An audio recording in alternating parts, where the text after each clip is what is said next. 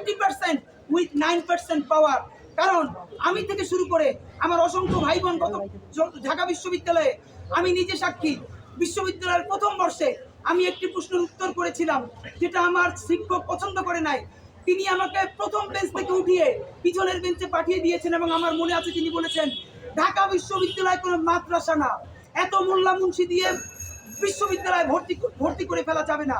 শুধু হিজাবের অপরাধে, গাড়ির অপরাধে, টুপির অপরাধে বাংলাদেশের সমস্ত পাবলিক প্লেস থেকে শুরু করে প্রাইভেট প্রতিষ্ঠান পর্যন্ত নিগৃহীত হয় নাই। গত 15 বছরে এমন কোনো মানুষ বাংলাদেশে কম আছে। অথচ আপনি পারলে বলেন তো, আমাদের কোন সংখ্যালঘু ভাই বোন, সংখ্যালঘু শব্দটাই একটা ক্রাইম, কোনো সংখ্যালঘু নাই, প্রত্যেকটা মানুষ নাগরিক। আমাদের কোন হিন্দু জনগোষ্ঠীর ভাই বোন হিন্দু হওয়ার কারণে সরকারি চাকরিতে তারা বাধাগ্রস্ত হয়েছে?